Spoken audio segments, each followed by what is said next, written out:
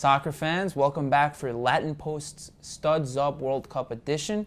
I'm David Salazar. This is my colleague Edwin Molina, and we're going to talk about Messi and Ronaldo. The two superstars have already played their first games of this tournament, and there were differing results, weren't there? Yeah, people are really down on Messi. I think part of it, though, is that Messi, for casual American fans, he's got LeBron-like pressure, where anything less than looking perfect, anything less than a title, is going to lead to criticism. It's just the way it is, being who he is, right. Especially playing for Barcelona. I mean, he had a nice goal. That was typical Messi goal. He cuts in through the middle, left foot fires it, far end of the goal, hit the post and went in. So there was a little bit of luck involved there. But aside from that one inspired moment, and of course the own goal off his free kick, he really didn't look like Messi. I must say this in his defense. He made some great passes to Agüero, but he couldn't Agüero couldn't help. He didn't help him. And they went wide. They went above the post.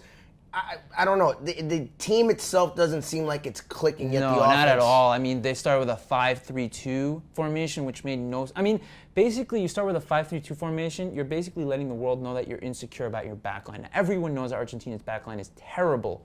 Terrible. Can't even understate that.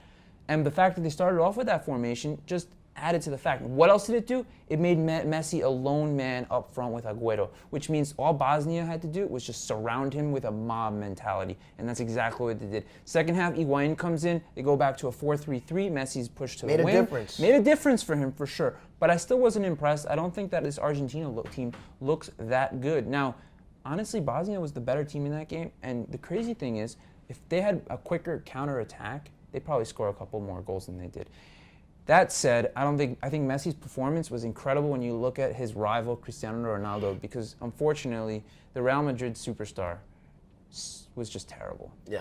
I mean, it's funny. Everyone in the office, we were watching the game, and they were like, some of the females in the office were like, I just want to give him a hug right now. He looks so sad. He really. There's one thing about, you can tell when Ronaldo's having a bad game because he wears it on his face. He looked upset. I mean, he had one great chance right away, maybe 6 minutes in. He's on a breakaway. He fires it. Manuel Neuer makes an amazing save, and after that, Ronaldo went missing. He could not literally get any space to make a pass.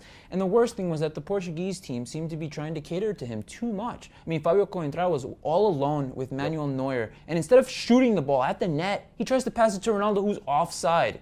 Then Nani has a great break down the right flank, and instead of trying to go right for the net, he tries to pass it to Ronaldo in the middle, behind him.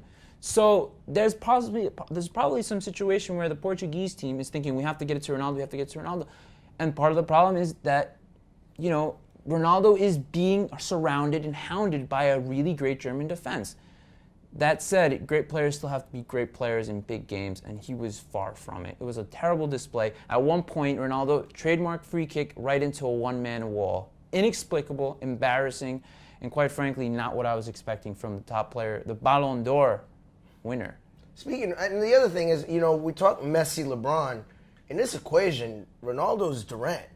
No, seriously, because Durant has some pressure to win a title, but he doesn't have that LeBron stands and haters, that this polarizing thing or cloud over him.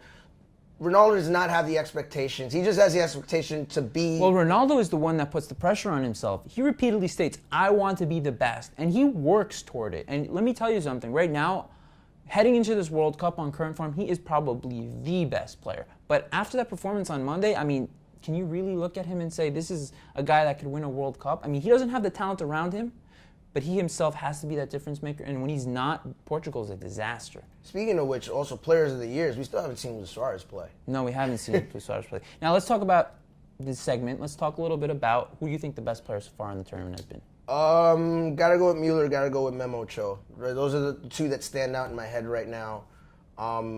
Benzema actually had a good game against Honduras. He looked good, but I wouldn't put him on that level. Nah, he wasn't that. I mean, look, Mueller had 3 goals, all the spectacular variety. He looked dangerous up top as the false nine for Germany. And Memo Ochoa, two blank sheets in 2 games. He made an amazing save against Cameroon. Amazing save against Cameroon, but that was only like the tip of the iceberg. What he did against Brazil was lights out. I don't think we've seen a goaltending performance like that in decades, centuries. Maybe never. Oliver Kahn. Oliver Kahn. That's the only one I can think of off the top of my head. He's putting them on their back. kind of like Kahn did for Germany a few years ago. So if he keeps on this roll, I mean, he's a free agent. He's going to get his money this year. So thank you very much for joining us on this segment of Studs Up World Cup edition. Please stay tuned for our further commentary on the group stage. Follow us on latinpost.com or on Facebook or on Twitter. I'm David Salazar. This is my colleague Edwin Molina. Thank you very much and enjoy the games.